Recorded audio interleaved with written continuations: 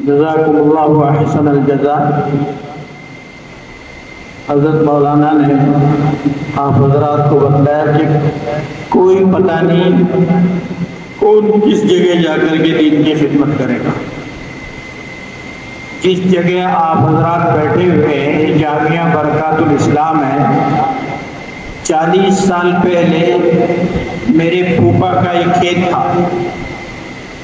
مجھے اچھی طرح یاد ہے کہ یہاں ایک چھوٹا سا کھجاوا انہوں نے بنایا تھا اور وہ لوگ بیٹھے ہوئے تھے، اور میں بھی جو ہے وہ مدرسے کی زندگی سے شروعات کی تھی۔ مجھے بھی یہ تصور نہیں تھا کہ یہاں مدرسہ ہوگا۔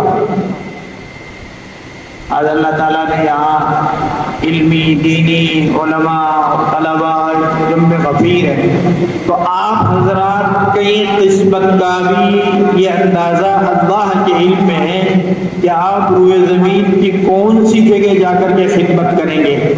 بس ہم کو تو یہ طے کرنا ہے کہ ہم کو خدمت کرنی ہے۔ بس مولانا نے جو فرمایا کہ آپ اپنے آپ کو احساس کمتری میں مبتلا نہ کریں، آپ یہ طے کر لیں کہ اس امانت کو مجھے صحیح طرح سے حاصل کرنا ہے۔ دنیا کی جس زبان میں اللہ آپ سے خدمت لے گا وہ زبان اللہ آپ کو سکھلا دے گا، لیکن زبان آ گئی اور صحیح دین کی فہم نہیں آئی تو قیامت میں پکڑ ہو سکتی ہے۔ صحیح فہم ہے، زبان کمزور ہے، کم جگہ ہے۔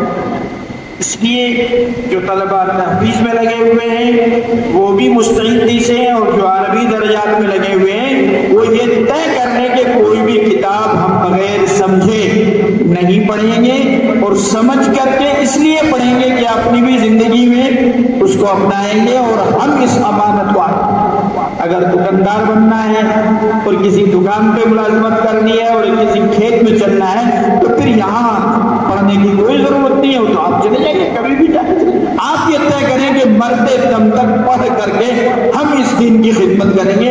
اللہ آپ کو اور ہم کو جو ہے وہ بے یار و مددگار نہیں چھوڑے گا، نہ چھوڑا ہے نہ چھوڑے گا، انشاءاللہ برکت ہوگی۔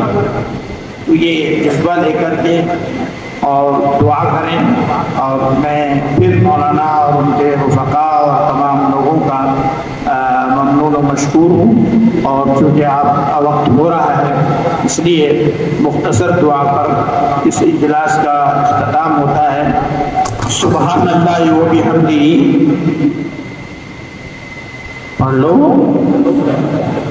سبحانک اللہم و بحمدک ونشهد ان لا اله الا انت نستغفرك ونتوب الیک۔ سبحان ربک رب العزة عما یصفون وسلام علی المرسلین والحمد للہ رب العالمین۔